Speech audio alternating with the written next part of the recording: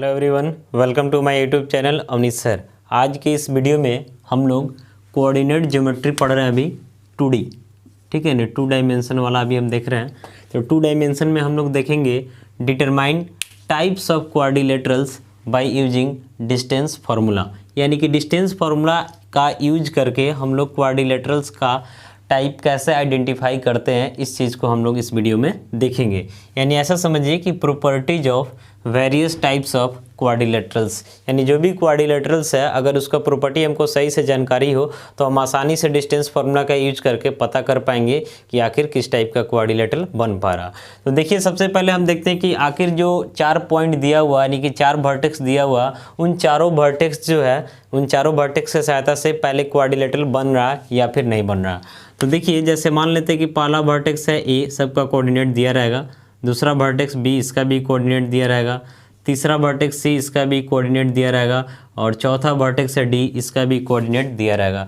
तो आपको पता है कि अगर एक क्वाड्रिलेटरल बन रहा है तो क्वाड्रिलेटरल में कितना वर्टेक्स होना चाहिए, तो 4 वर्टेक्स होना चाहिए, ठीक है। जैसे मान लेते हैं यहाँ पे क्या है, ए है, बी है, सी है, डी है। तो सबसे पहला कंडीशन है कि चारों पॉइंट कैसा होना चाहिए, तो नॉन कोलिनियर पॉइंट्स होना चाहिए। अगर चारों पॉइंट नॉन कोलिनियर पॉइंट नहीं है तो उस सिचुएशन में जो है क्वाड्रिलेटरल नहीं बन पाएगा। इतना तो आपको पहले से पता है, ठीक है। अब यहाँ पे देखिए ए, बी, सी और डी है, चारों का कोऑर्डिनेट आपको दिया रहेगा, चारों का कोऑर्डिनेट दिया रहेगा। अगर मान लेते हैं थोड़ा देर के लिए कि चारों पॉइंट कोलिनियर हो जाता है, कोलिनियर होने के लिए आपको कंडीशन क्या बताएं कि A B plus B C plus C D का सम अगर ए डी के इक्वल आ जाता है तो इसका मतलब चारों पॉइंट कोलिनियर होगा। और चारों पॉइंट जब कोलिनियर हो जाएगा तो उस सिचुएशन में क्वाड्रिलेटरल का बनना ही पॉसिबल नहीं है। तो ये तो बात हो गया 4 पॉइंट का। अगर मान लेते 3 पॉइंट भी कोलिनियर हो जाता है, जैसे ए, बी और सी कोलिनियर हो जाए, यानी कि A B plus B C का वैल्यू ए सी के इक्वल आ जाता है, तो उस सिचुएशन में ए, बी और सी कोलिनियर हो जाएगा, तब भी क्वाड्रिलेटरल नहीं बन पाएगा।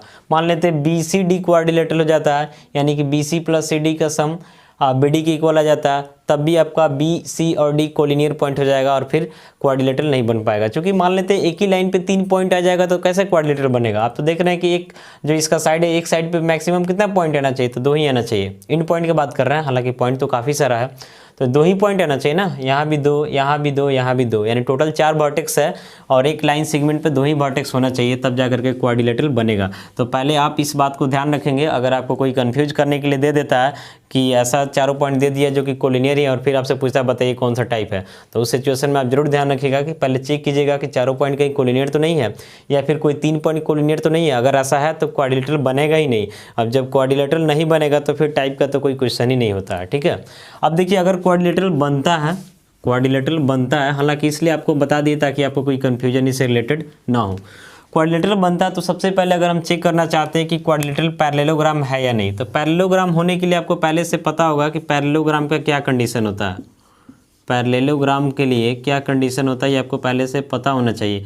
और फिलहाल जान लीजिए कि यहाँ पे हमको साइड से ही काम करना है, एंगल से कोई रिलेशन नहीं रखना है, क्योंकि एंगल आप डिस्टेंस फार्मूला से तो निकाल नहीं सकते हैं, डिस्टेंस फार्मूला से सिर्फ और सिर्फ साइड निकाल सकते हैं। तो देखिए, पैरेललोग्राम के लिए क्या कंडीशन होता है, यानी किसी क्वाड्रिलेटरल को हम लोग पैरेललोग्राम कब बोलते हैं, जब उस क्वाड्रिलेटरल का अपोजिट साइड क्या हो जाता है, तो पैरेलल हो जाता है। अपोजिट साइड पैरेलल होने का मतलब तो डिस्टेंस फार्मूला से पैरेलल भी नहीं दिखा सकते हैं।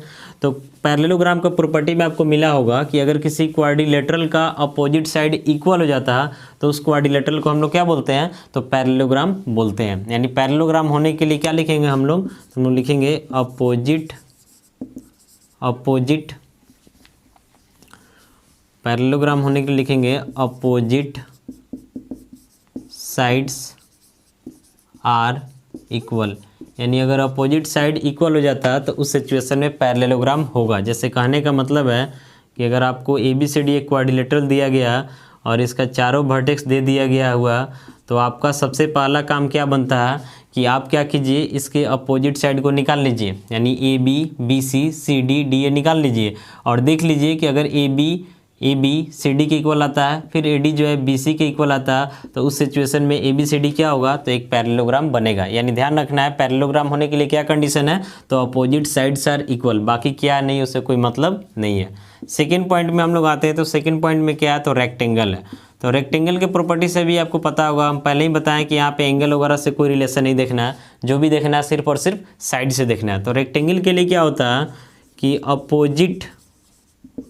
Opposite sides and diagonals, opposite sides and diagonals are equal. यानी रेक्टेंगल तभी होगा जब क्वाड्रिलेटरल का अपोजिट साइड भी इक्वल हो और साथ साथ उसका डायगोनल भी इक्वल हो। जैसे मान लेते हैं कि PQRS जो है एक क्वाड्रिलेटरल है, तो सबसे पहले क्या करेंगे, इसका चारों साइड निकाल लेंगे। निकालने के बाद चेक करेंगे कि इसका अपोजिट साइड इक्वल है कि नहीं। यानी PQ जो है, PQ किसके इक्वल होना चाहिए, तो SR के इक्वल होना चाहिए। साथ ही साथ PS जो है किसके इक्वल होना चाहिए, तो QR के इक्वल होना चाहिए। यानी अपोजिट साइड इक्वल होना चाहिए। और इसके अलावा एक और कंडीशन है कि डायगोनल भी इक्वल होना चाहिए। यानी PR किसके इक्वल होना चाहिए, तो QS के इक्वल होना चाहिए। अगर इतना कंडीशन सेटिस्फाई कर रहा है तो रेक्टेंगल होगा। ठीक है, तो हम लोग देख लिए कि कोई क्वाड्रिलेटरल जो है पैरेललोग्राम कब होता है, साथ ही साथ रेक्टेंगल कब होता है। अब हम लोग देखने वाले हैं रोम्बस के लिए। ठीक है, तो रोम्बस का डिफिनीशन आपको पता होगा कि किसी भी क्वाड्रिलेटरल को हम लोग रोम्बस कब बोलते हैं, जब उसका ऑल साइड्स इक्वल हो जाता है। ठीक है, तो रोम्बस के बारे में अगर आपसे बोलता है, रोम्बस में, तो रोम्बस का क्या कंडीशन लिखेंगे कि ऑल साइड्स आर इक्वल। यानी जो भी क्वाड्रिलेटरल है उसका चारों साइड दिखा दीजिए कि चारों इक्वल है, यानी रोम्बस हो जाएगा, कहीं से कोई डाउट नहीं है। चौथा पॉइंट है हम लोगों का स्क्वायर। तो स्क्वायर का कंडीशन आपको पता होगा कि किसी क्वाड्रिलेटरल का चारों साइड इक्वल हो और साथ ही साथ दोनों डायगोनल इक्वल हो, तब उसको हम लोग स्क्वायर बोलते हैं। तो इसके लिए क्या दिखाना पड़ेगा कि all sides and diagonals, all sides and diagonals are equal. यानी चारों साइड और साथ साथ दोनों डायगोनल एक दूसरे के इक्वल हो तो फिर स्क्वायर होगा, कोई डाउट नहीं है। हम बोल रहे हैं कि सिर्फ साइड के इक्वल हो, यानी चारों साइड इक्वल हो और दोनों डायगोनल इक्वल हो तो क्या बोलेंगे, तो स्क्वायर बोलेंगे। पांचवा पॉइंट है पैरेललोग्राम बट नॉट रेक्टेंगल। क्या है, तो पैरेललोग्राम बट नॉट रेक्टेंगल। देखिए इसमें पहले से फिक्स कर दिया गया। देखिए रेक्टेंगल को भी एक पैरेललोग्राम माना जाता है, जो रेक्टेंगल होता है उसको भी एक पैरेललोग्राम माना जाता है। क्योंकि पैरेललोग्राम का मतलब ही होता है कि किसी भी क्वाड्रिलेटरल का अपोजिट साइड पैरेलल है, पैरेललोग्राम होगा, बात खत्म, आगे क्या नहीं, उसे कोई मतलब नहीं है। तो जो रेक्टेंगल होता है तो रेक्टेंगल का भी अपोजिट साइड पैरेलल होता है, इसलिए रेक्टेंगल को भी हम लोग एक पैरेललोग्राम बोल सकते हैं। लेकिन यहाँ आपसे क्या बोला जा रहा है, यहाँ बोल रहा है कि पैरेललोग्राम तो हो लेकिन रेक्टेंगल नहीं हो। तो रेक्टेंगल होने के लिए एक कंडीशन होता है कि अपोजिट साइड तो पैरेलल हो ही, साथ साथ डायगोनल इक्वल हो। अपोजिट साइड पैरेलल होने का मतलब किसी क्वाड्रिलेटरल का अपोजिट साइड इक्वल हो जाता है, तो इसका मतलब है कि अपोजिट साइड पैरेलल होता है, इस बात को ध्यान रखिएगा। तो रेक्टेंगल होने के लिए क्या कंडीशन होता है कि अपोजिट साइड इक्वल हो, साथ साथ डायगोनल भी इक्वल हो। बट पैरेललोग्राम के लिए ऐसा कंडीशन नहीं है। पैरेललोग्राम को सिर्फ और सिर्फ क्या चाहिए, तो अपोजिट साइड इक्वल चाहिए। तो यहाँ बोल रहा है पैरेललोग्राम हो बट रेक्टेंगल नहीं हो। तो इस सिचुएशन में क्या लिखेंगे, इस सिचुएशन में लिखेंगे कि opposite sides are equal.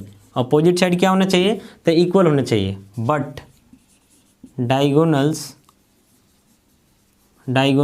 Are not equal. यानी डायगोनल जो है ये आपका इक्वल नहीं होना चाहिए, तब क्वाड्रिलेटरल जो है पैरेललोग्राम होगा बट रेक्टेंगल नहीं होगा।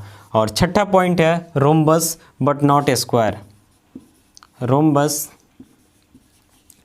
Rhombus but not square. यानी यहाँ बोला जा रहा है कि रोम्बस तो हो लेकिन स्क्वायर नहीं हो। तो इसके लिए हम लोग क्या करेंगे, तो इसके लिए हम लोग देखेंगे कि all sides are equal, all sides are equal but diagonals are not equal. यानी अगर किसी क्वाड्रिलेटरल का चारों साइड इक्वल है बट उसका दोनों डायगोनल आपस में इक्वल नहीं है, तब उस क्वाड्रिलेटरल को हम लोग क्या बोलेंगे कि रोम्बस तो है बट स्क्वायर नहीं है। चूंकि स्क्वायर को भी एक रोम्बस माना जाता है, लेकिन यहाँ कंडीशन क्या दे दिया कि रोम्बस होना चाहिए लेकिन स्क्वायर नहीं होना चाहिए। तो स्क्वायर होने के लिए क्या कंडीशन है कि चारों साइड भी इक्वल हो, दोनों डायगोनल भी इक्वल हो। बट रोम्बस को क्या चाहिए, तो रोम्बस को सिर्फ चारों साइड इक्वल होना चाहिए। तो यहाँ बोल रहा है कि रोम्बस हो लेकिन स्क्वायर नहीं हो, यानी इसके लिए हमको चारों साइड इक्वल दिखाना पड़ेगा और डायगोनल को नॉट इक्वल दिखाना पड़ेगा। तब हम लोग बोलेंगे कि क्वाड्रिलेटरल जो है रोम्बस है बट आपका स्क्वायर नहीं है। तो फाइनली आप सिंपल ऐसा समझ लीजिए कि जब भी ऐसा क्वेश्चन आपसे क्रिएट करता है, अगर क्वेश्चन में पहले कंफर्म कर दिया कि क्वाड्रिलेटरल बन रहा है, सिर्फ आपको टाइप बताना, तब तो कोई डाउट नहीं है। लेकिन अगर क्वाड्रिलेटरल चेक करना है तो सबसे पहले ही आपको बताया कि कोलिनियर वाला कंडीशन देख लीजिए कि पहले क्वाड्रिलेटरल बन तो रहा है कि नहीं। अगर क्वाड्रिलेटरल बनेगा तभी ना बता पाएंगे कौन टाइप का है, बनेगा ही नहीं तो कैसे बता पाएंगे। ठीक है, तो पहले उसको चेक कर लीजिएगा। अगर क्वाड्रिलेटरल बन रहा तो क्वाड्रिलेटरल बन रहा तो क्वेश्चन में जो भी दिया हुआ है 4 वर्टेक्स आपको दे देगा, एक ए दे दिया, एक बी दे दिया, एक सी दे दिया, एक डी दे दिया। इसका 2 डायगोनल होगा, एक एसी होगा, एक बीडी होगा। स्टार्टिंग में तो क्वेश्चन दे करके आपको पता चलेगा कि नहीं कि किस टाइप का क्वाड्रिलेटरल है। तो आप क्या कीजिएगा, इसके चारों साइड को पहले डिस्टेंस फार्मूला से इवेल्युएट कर लीजिएगा, यानी A B, B C D, D A, चारों साइड को आपको डिस्टेंस फार्मूला से इवेल्युएट कर लेना है। साथ ही साथ इसके दोनों डायगोनल को, यानी हम पहले चारों साइड को निकाल लेंगे और फिर इसके दोनों डायगोनल्स को निकाल लेंगे। ठीक है, तो डायगोनल्स कौन कौन है, तो AC है और BD है, दोनों को निकाल लेंगे। और इतना काम करने के बाद आपको जो जो कंडीशन बताया उस कंडीशन पे चेक कीजिए, जिस कंडीशन पे जाता है उस टाइप का क्वाड्रिलेटरल होगा। तो इस वीडियो में हम लोग क्या देखें, मेरा टॉपिक यही था कि determine types of quadrilateral by using distance formula. और आशा करते हैं कि टॉपिक आपको अच्छा से समझ में आ गया होगा। यदि आपको मेरा वीडियो अच्छा लगा तो लाइक और कमेंट जरूर कीजिएगा, पॉसिबल हो तो शेयर भी कीजिएगा, और नए हैं चैनल पर तो सब्सक्राइब करके बेल आइकन को प्रेस कर लीजिएगा। फिर मिलेंगे हम लोग अगले वीडियो में। Thank you.